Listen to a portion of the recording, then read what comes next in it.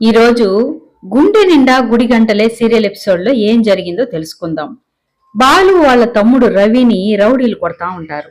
అంతలో అటుగా వెళ్తున్న బాలు అది చూసి వాళ్ళని కొట్టి, ఎవర్రా కొట్టమనింది మా తమ్ముడిని కొట్టడానికి ఎంత ధైర్యం రా మీకు, ఎవరు కొట్టమన్నారా అని చెప్పేటప్పటికి ఆ రౌడీల్లో ఒక రౌడీ అయితే చెప్పేస్తాడు. బాలు నేరుగా శృతి వాళ్ళ ఇంటికి వెళ్ళి శృతి వాళ్ళ నాన్నతో గొడవ పడుతూ ఉంటాడు. నీతో గొడవ పడింది నేను, అంతేకాకుండా నా తమ్ముడిని కొట్టించాల్సిన అవసరం నీకేముంది?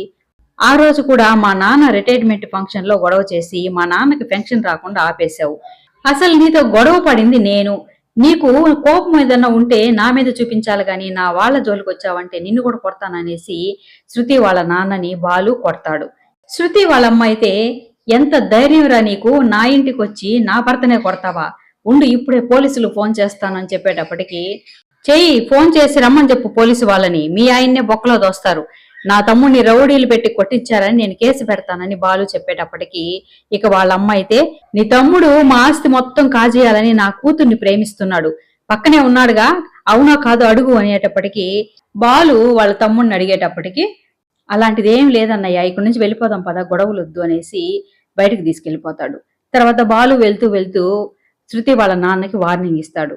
నా తమ్ముడు ఇక మీదట మీ కూతుర్ని కలవడు, మీ కూతుర్ని కూడా మా తమ్ముడితో కలవద్దని చెప్పండి, ఇక మీదట ఇలాంటివి ఏదైనా జరిగిందంటే మాత్రం నేను ఊరుకోనని చెప్పి వార్నింగ్ ఇచ్చి బయట తీసుకొచ్చేస్తాడు వాళ్ళ తమ్ముడిని.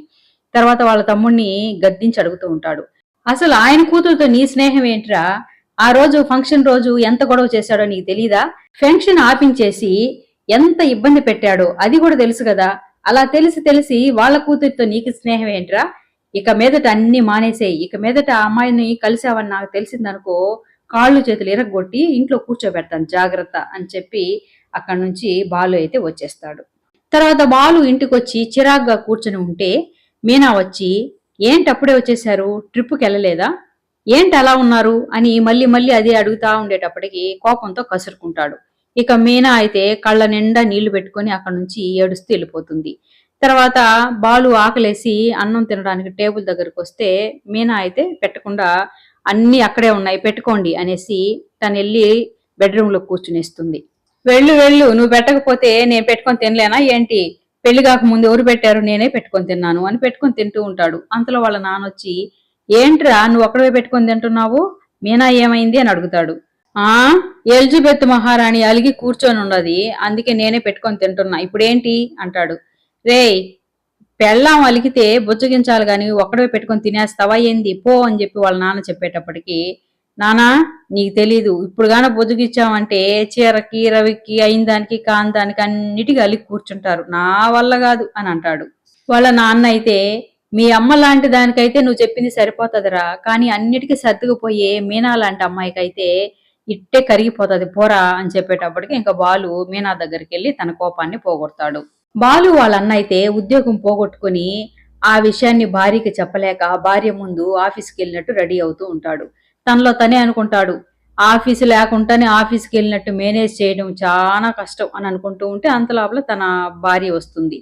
తర్వాత తన భార్య ముందు ఆఫీస్కి వెళ్తున్నట్టు బిల్డప్ ఇచ్చి అక్కడి నుంచి బయలుదేరతాడు. బాలు చికెన్ ని కవర్లో తీసుకుని ఇంటికి వచ్చేటప్పటికి అంతలో వాళ్ళన్న ఎదురొస్తాడు.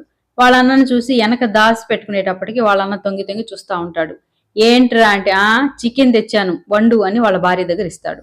ఇక ఈరోజు శనివారం కదండి, అత్తయ్య తినరు కదా అని మీనా అనేటప్పటికి, అవునా అందుకే తెచ్చాను వండు, మన ఇద్దరమే తిందాం అని తను చెప్తా ఉంటాడు.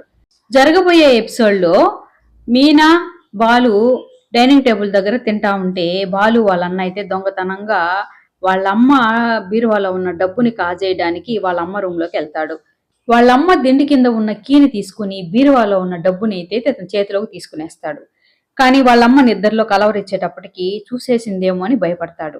ఒక పక్క బాలు మీనా ఆ శబ్దానికి వాళ్ళన్న చేతిలో ఉన్న డబ్బుని పట్టుకుంటారా, లేకపోతే వాళ్ళ అన్నే రివర్స్ డ్రామా ఆడి ఆ దొంగతనం బాలు మీద నెట్టేస్తాడా అనేది మనం రేపటి ఎపిసోడ్లో తెలుసుకుందాం.